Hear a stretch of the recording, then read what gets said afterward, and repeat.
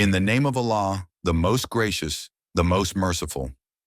Welcome to Journey to Jannah, where timeless wisdom meets the present day.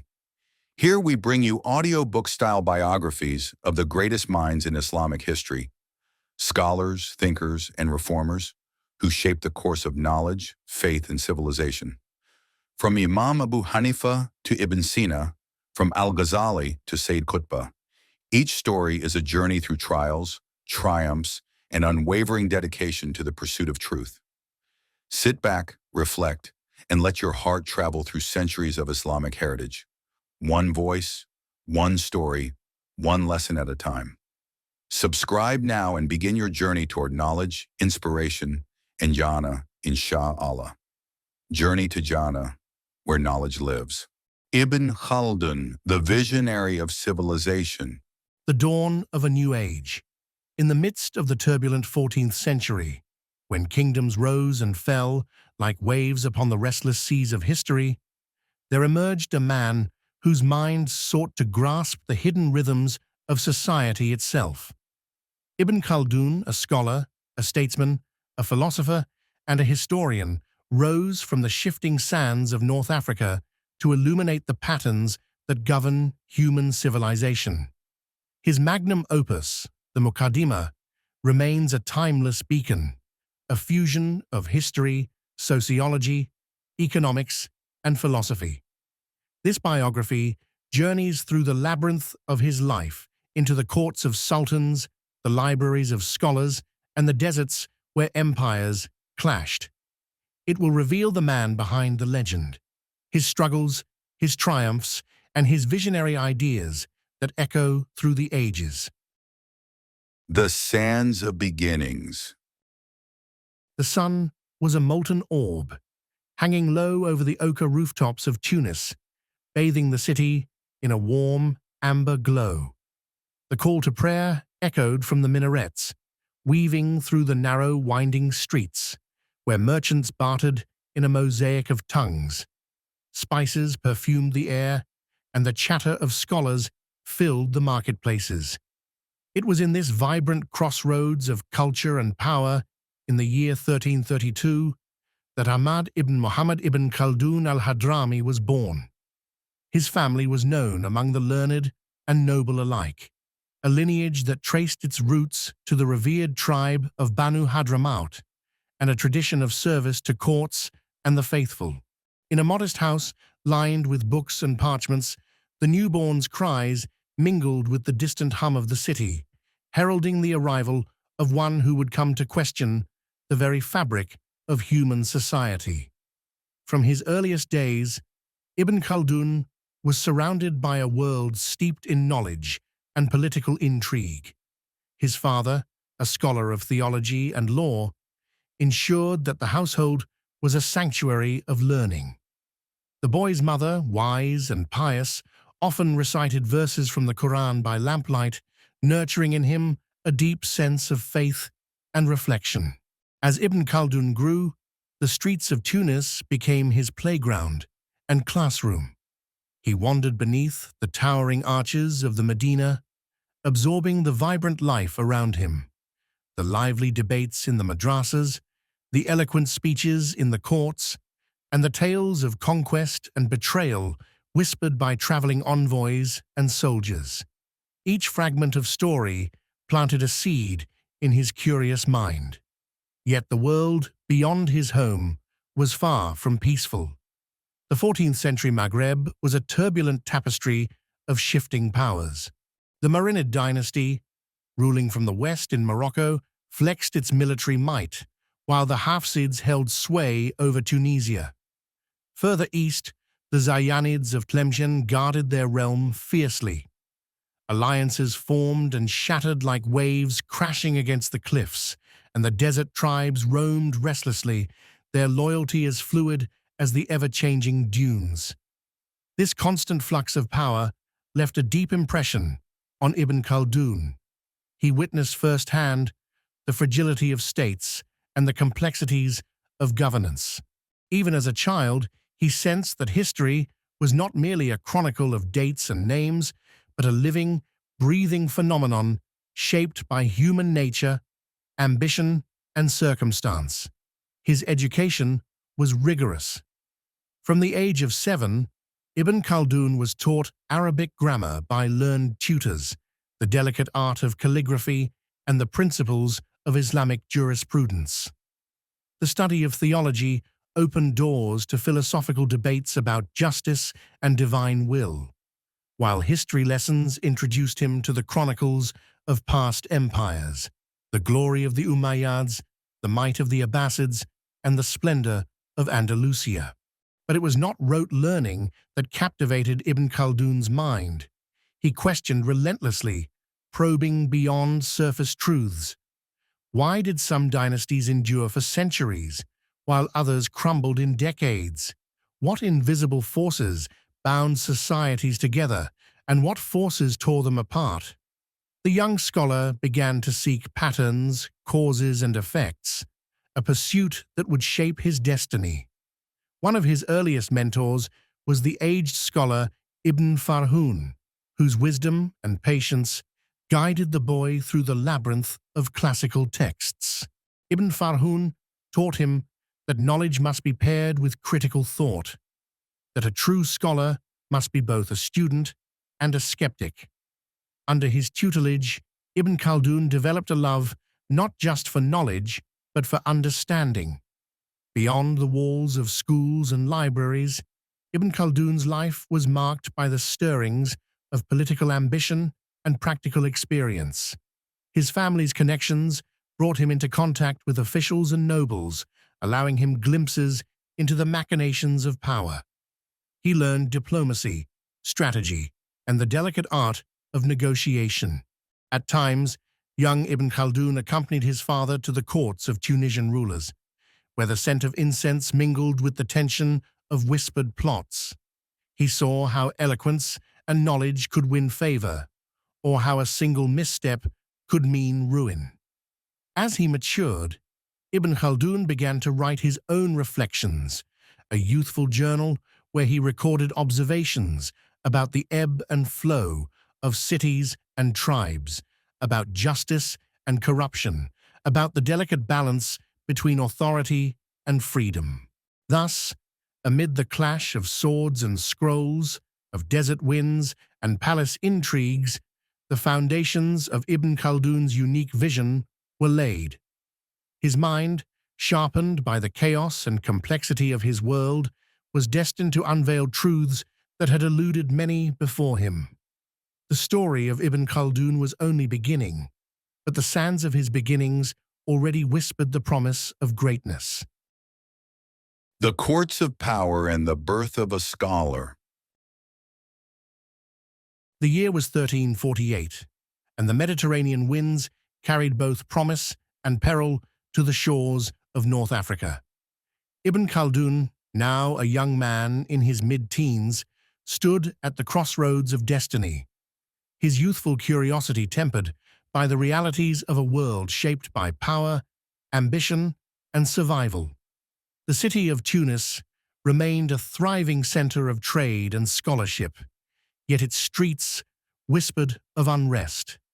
The Hafsid rulers faced mounting challenges from rival factions and external threats.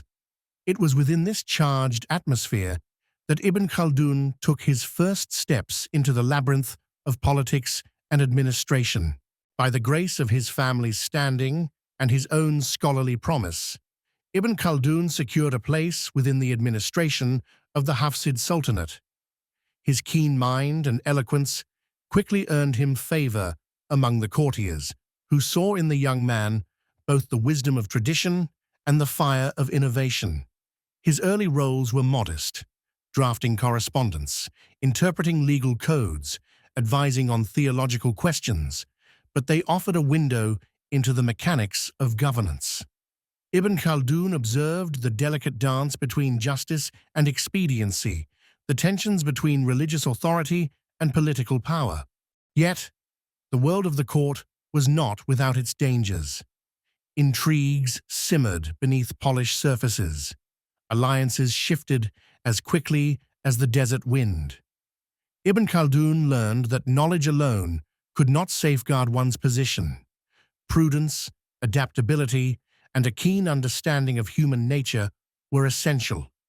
His political career soon led him beyond Tunis, to cities like Fez and Tlemcen, where the pulse of power beat in different rhythms. These journeys broadened his perspective.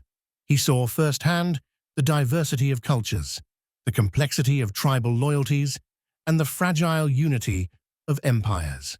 During these years, Ibn Khaldun's intellectual pursuits deepened. He immersed himself in the study of philosophy, history, economics, and sociology, disciplines not yet formally separated, but woven together in the tapestry of knowledge. His notebooks filled with reflections, questions, and theories. It was in this period that the seeds of his groundbreaking work, the Muqaddimah, began to take root. He conceived the idea of a universal science of civilization, a systematic study of the rise and fall of societies, grounded not merely in chronicles but in observation, analysis, and reason. Ibn Khaldun challenged the prevailing view that history was a mere sequence of events decreed by fate or divine will. Instead, he sought to uncover the underlying laws that governed human behavior, economics, social cohesion, and political power. His concept of asabiyyah, a social cohesion or group solidarity that binds communities, emerged as a central theme. He argued that this invisible bond was the engine of tribal and dynastic rise, but that it inevitably weakened as luxury and complacency took hold, leading to decline. Despite his growing reputation as a thinker, Ibn Khaldun never lost sight of the practical realities of his era. He navigated the courts with skill, balancing scholarship and statesmanship. His eloquence and wisdom won him appointments as a judge and advisor to sultans, roles that brought both influence and peril. Several times, political tides turned against him. Intrigues, rivalries, and the shifting allegiances of the age led to imprisonments and exiles. Yet each setback only steeled his resolve. In solitude and reflection, he refined his theories, turning personal trials into philosophical insight.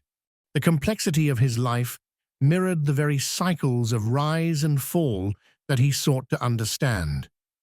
Through victories and defeats, Ibn Khaldun was both participant and observer in the grand drama of his time. By his 30th year, Ibn Khaldun had not only carved a name for himself in the annals of political history, but was on the verge of becoming the greatest pioneer of social thought the Islamic world had ever seen. The dawn of the Muqaddimah. The flickering flame of an oil lamp cast long shadows over the stacks of parchments and manuscripts scattered across Ibn Khaldun's study. Night had settled over Cairo, but the mind of the scholar burned bright with questions that refused to rest. It was the year 1377, and Ibn Khaldun, now in his mid-40s, was poised at the summit of his intellectual journey.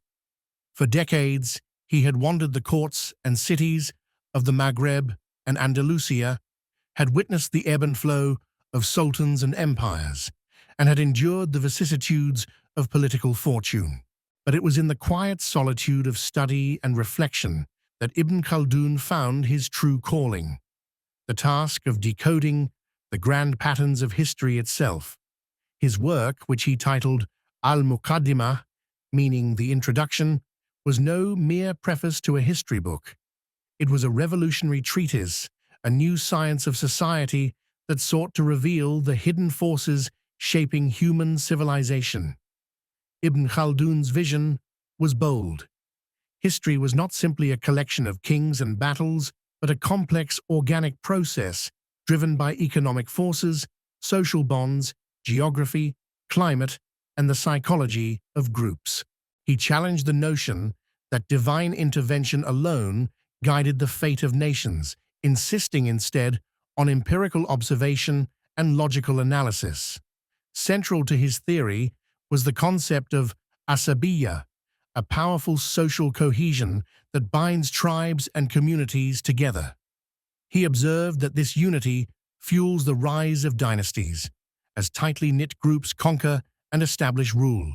Yet, he warned, the very success of a dynasty sows the seeds of its decline, as luxury, complacency, and division erode asabiyyah, leaving the realm vulnerable to new challenges. He wrote of the cyclical nature of history, a rhythm of birth, growth, peak, and decay, mirroring the life cycles of individuals. This insight was not just academic. It was born from the very life Ibn Khaldun had lived and observed. His analysis extended beyond politics.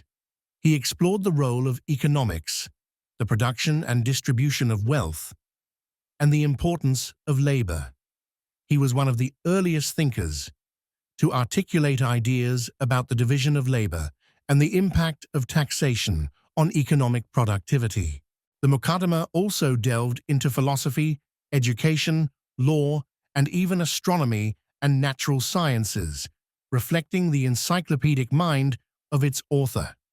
It was a work decades ahead of its time, anticipating modern sociology, economics, and historiography. Yet, despite its brilliance, the Muqaddimah was born from hardship. Ibn Khaldun wrote much of it during his exile and periods of political downfall. In these moments of isolation, his mind soared, transforming adversity into insight. The manuscript took shape over several years, filled with eloquent prose, vivid examples, and rigorous argumentation. Ibn Khaldun's style was both poetic and precise, a reflection of the scholar who was also a poet and a statesman. When the Muqaddimah was finally completed, it was intended as the introduction to a universal history. The broader work chronicled the histories of past civilizations and his own contemporaries, but it was the Muqaddimah that would outlive the centuries, hailed as a masterpiece of intellectual achievement. In it, Ibn Khaldun not only mapped the rise and fall of empires, but offered a mirror to humanity's eternal quest for order amidst chaos, a quest that continues to inspire thinkers to this day. The last chapters in enduring legacy. The twilight of Ibn Khaldun's life was marked by a return to the halls of power, yet also by a deeper retreat into the realm of ideas. After years of exile, political maneuvering, and personal trials, he found himself in Cairo, then a vibrant nexus of culture and learning under the Mamluk Sultanate. Though his body aged, his mind remained sharp and restless. He served as a judge and scholar, respected by sultans and students alike, yet always somewhat apart, an independent spirit who had seen the rise and fall of many and now observed the unfolding of his own era with a seasoned eye. In these later years, Ibn Khaldun's reputation as a thinker grew beyond the borders of North Africa. His Muqaddimah began to circulate among scholars across the Islamic world and even reached Europe centuries later, where it influenced Enlightenment thinkers and the foundations of modern social sciences. He often taught in Cairo's renowned madrasas, where eager students gathered to hear the insights of the man who dared to question the accepted wisdom of history. His lectures blended rigorous scholarship with anecdote and poetry, weaving lessons of power, society, and human nature into a tapestry that captivated minds young and old. Yet Ibn Khaldun remained humble about his achievements. He knew that knowledge was a flame passed from one generation to the next, never fully held but always shared. His writings were an invitation to others, to observe, to question, and to understand the forces shaping humanity's endless drama.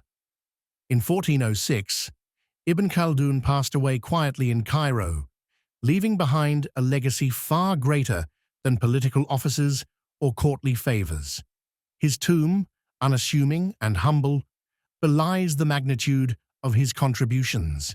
Today, centuries later, Ibn Khaldun stands as a towering figure, the father of sociology, historiography, and economics.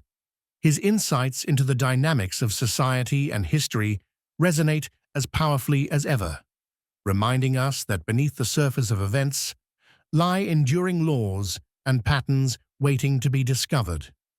The desert sands that once shaped his early life now carry his name across continents and disciplines. Scholars still turn to the Muqaddimah as a source of wisdom and inspiration, a testament to a man who dared to see history not as a mere story, but as a science, a living, breathing entity shaped by human hands and hearts. Wisdom in action, the philosophy behind the man. Ibn Khaldun's life was not just a journey through history and politics. It was a quest for understanding the very nature of human society. Behind the scholar's calm and measured demeanor lay a mind relentlessly probing the forces that bind and unravel civilizations. One of Ibn Khaldun's core insights was his theory of asabiyyah, often translated as social cohesion or group solidarity.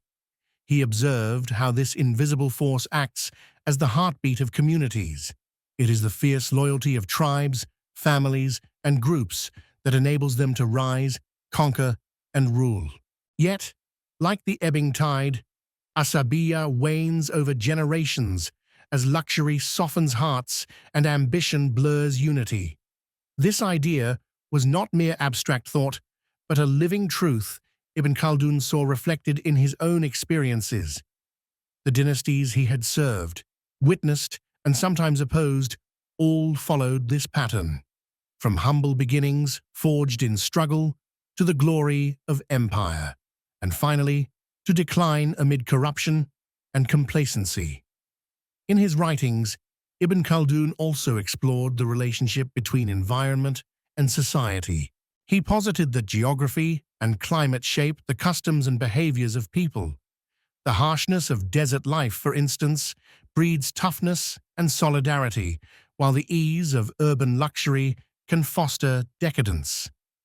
This was a revolutionary ecological insight, centuries before such ideas were formalized.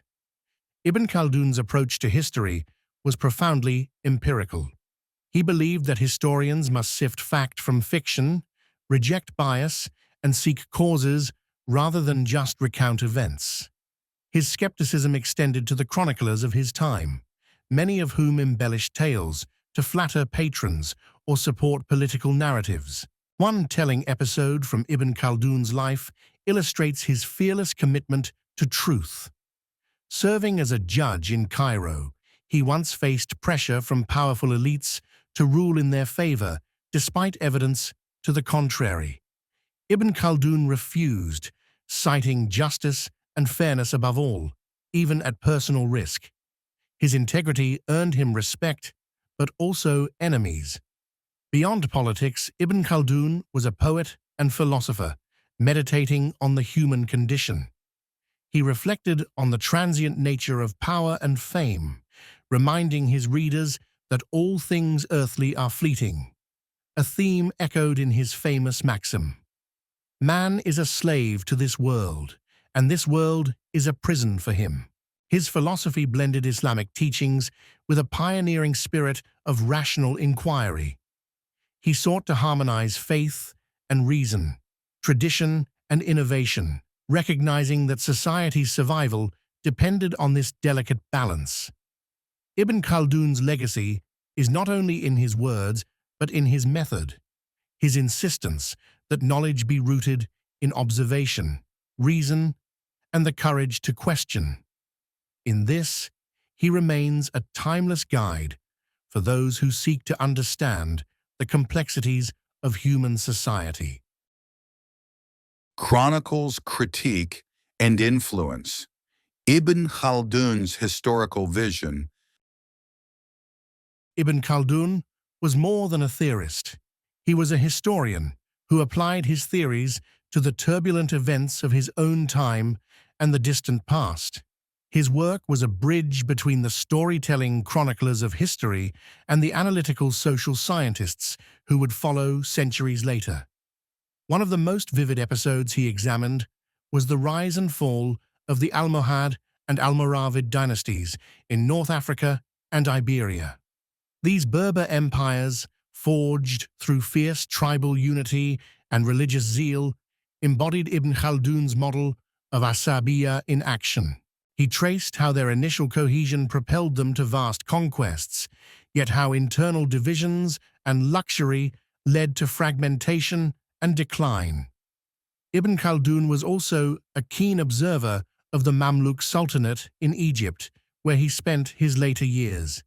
He witnessed the complex interplay of military elites, court politics, and religious scholars, and how the Sultanate managed to maintain stability despite constant threats. His analysis highlighted the importance of strong leadership combined with social cohesion to preserve order. His historical method was meticulous and critical. Ibn Khaldun warned against blindly accepting traditional accounts. He scrutinized sources for bias, cross-checked events, and emphasized the need for context, be it economic conditions, geography, or social structure, to truly understand history. This approach marked a turning point in historiography, moving away from myth and legend toward a more scientific inquiry. His legacy can be seen in later historians and philosophers of history, from Renaissance Europe to modern scholars. Indeed, Ibn Khaldun's influence crossed cultural and temporal boundaries. His Muqaddimah was translated into Latin in the 17th century and studied by European intellectuals who found in it early glimpses of sociology, economics, and political science. Thinkers such as Montesquieu and Vico drew on his insights, consciously or unconsciously weaving his ideas into the fabric of Enlightenment thought. In the Islamic world, Ibn Khaldun inspired generations of scholars who sought to understand the complexities of governance, economics, and society. His work remains a cornerstone in the study of Islamic history and philosophy. Yet Ibn Khaldun's impact was not just academic. His life embodied the very dynamics he described: the rise, challenge, adaptation, and enduring quest for knowledge. Through his example, he taught that true wisdom comes not only from study, but from experience, reflection, and courage. The man beyond the manuscript, Ibn Khaldun's personal world. Behind the towering intellect and the weighty tomes, Ibn Khaldun was, first and foremost, a man shaped by his times, his family, and his humanity. To truly understand his legacy, one must look beyond the Muqaddimah and political chronicles to the personal moments that colored his life. Born into a family of Andalusian origin that had fled the Reconquista, Ibn Khaldun's upbringing was steeped in a rich cultural heritage. His parents ensured he received a rigorous education in Islamic jurisprudence, theology, Arabic literature, and the sciences. Yet, even as a child, he was restless, drawn not just to memorization, but to questioning, to seeking connections between ideas and life itself. Marriage and family life brought him both joy and grounding. Though records are sparse, it is known that Ibn Khaldun was a devoted husband and father. His letters and poetry hint at tenderness and affection, revealing a man capable of warmth and reflection amid his scholarly pursuits. Those who knew Ibn Khaldun described him as dignified and courteous, but also approachable. His students admired his ability to blend seriousness with humor, his openness to debate, and his unwavering commitment to truth. He was a man of principle, sometimes stern, but always fair. His life was marked by turbulence, the constant flux of political fortunes, the dangers of court intrigue, and the loneliness of exile. Yet he met these challenges with resilience and a stoic acceptance. Writing in his later years, Ibn Khaldun mused on the fleeting nature of power and life itself, urging humility and patience. He was also a man of faith. While pioneering empirical methods, he remained deeply rooted in Islamic spirituality. His worldview balanced reason and revelation, reminding himself and others that human knowledge has limits and that ultimate wisdom belongs to the divine. Stories abound of Ibn Khaldun's humility. Despite his fame, he lived modestly, often retreating from the limelight to write and teach. His greatest satisfaction came not from titles or wealth, but from the pursuit of knowledge and the betterment of society. In moments of solitude, he composed poetry reflecting on time, fate, and the human condition, words that reveal the soul behind the scholar. The world is a bridge. Pass over it, but do not build your house upon it. These personal reflections remind us that Ibn Khaldun's legacy is not just in his ideas, but in the human experience that shaped and was shaped by them. The poet's pen, Ibn Khaldun's philosophy in verse. Amid the towering volumes of history and philosophy, another facet of Ibn Khaldun's genius often slips quietly into the shadows: his poetry. These verses, woven with profound wisdom and delicate emotion, offer a window into the soul of a man who wrestled with the eternal questions of existence. For Ibn Khaldun, poetry was not merely artistic expression. It was a vehicle for philosophy, a way to capture truths too subtle or complex for prose alone. His poems echoed the themes of his scholarly works: time's fleeting nature, the rise and fall of empires, the search for justice, and the mystery of fate. In one of his most famous verses, he wrote, "The world is but a fleeting shadow, a palace built on sand, destined to vanish. Seek knowledge and wisdom's light, for they alone endure beyond the night."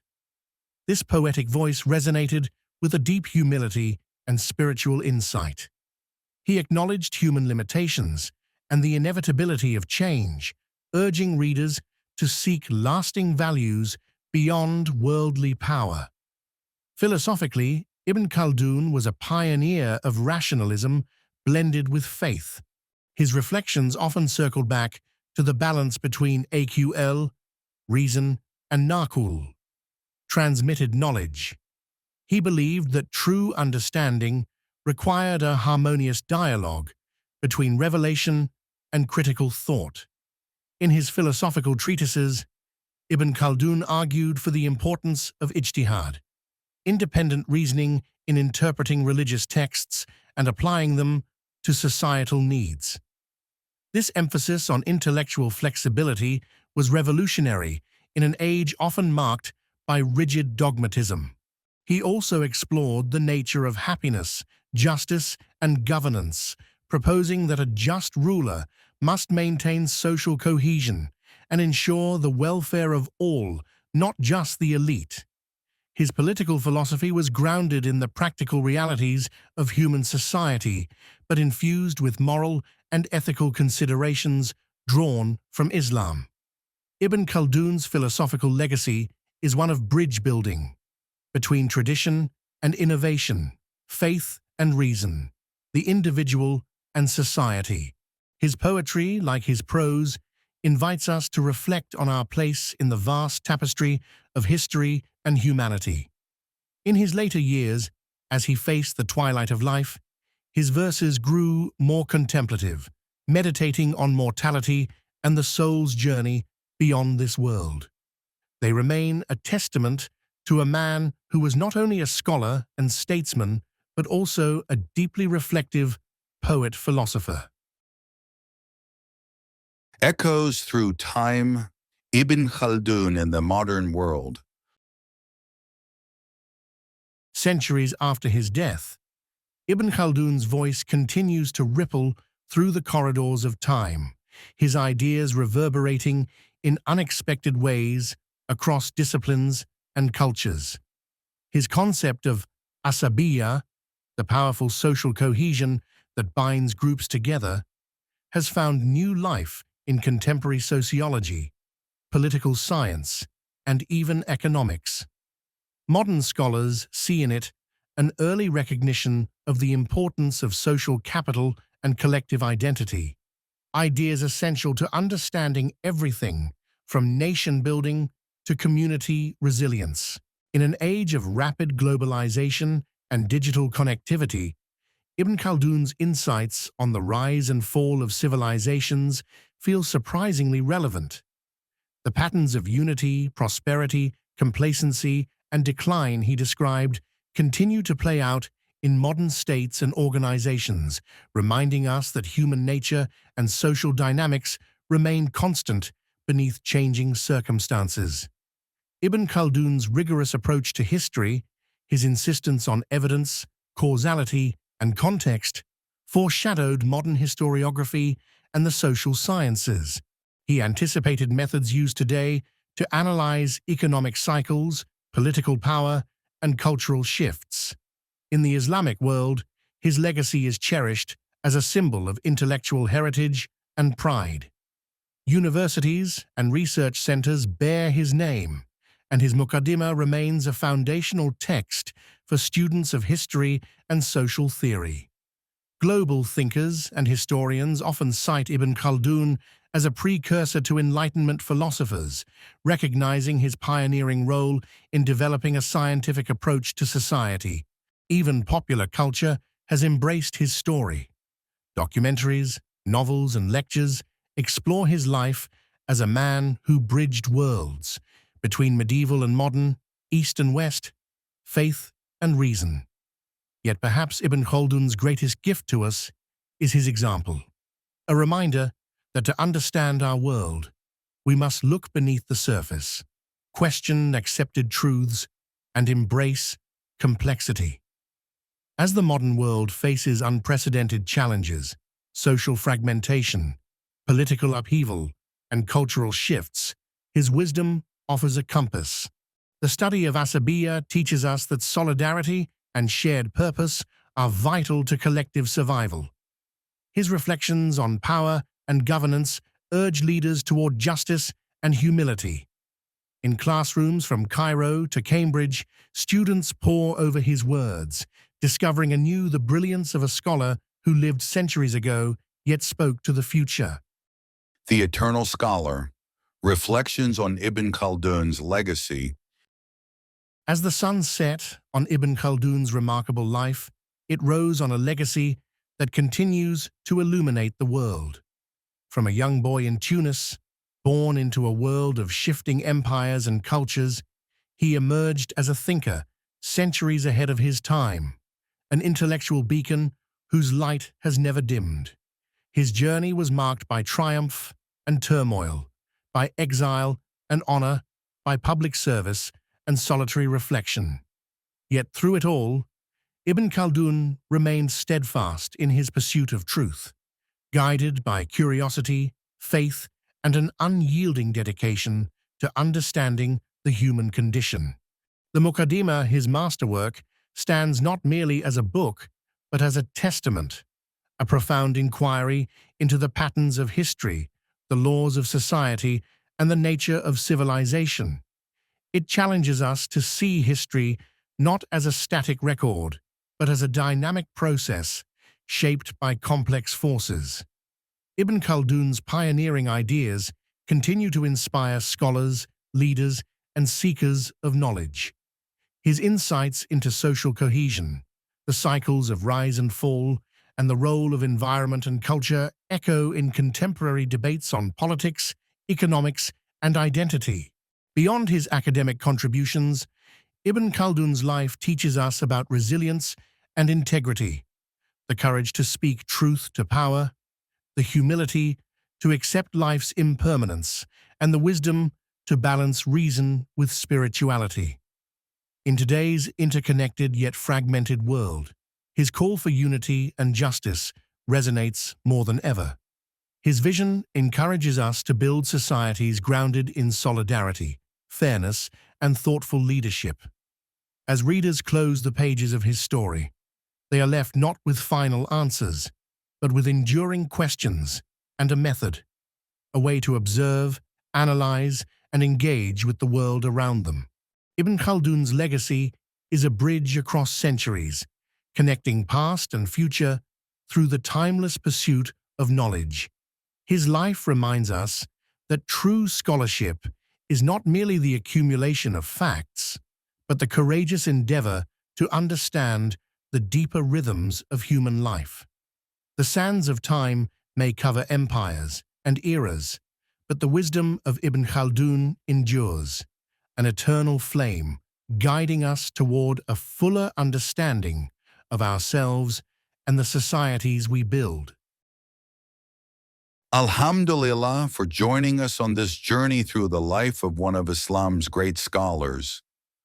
We hope this story inspired your heart and deepened your connection with the rich legacy of Islamic knowledge. If you found benefit in today's episode, don't forget to like, share, and subscribe to Journey to Jannah, your home for Islamic biographies, wisdom, and timeless guidance. New episodes are uploaded regularly, so turn on the notification bell to never miss a moment of insight. May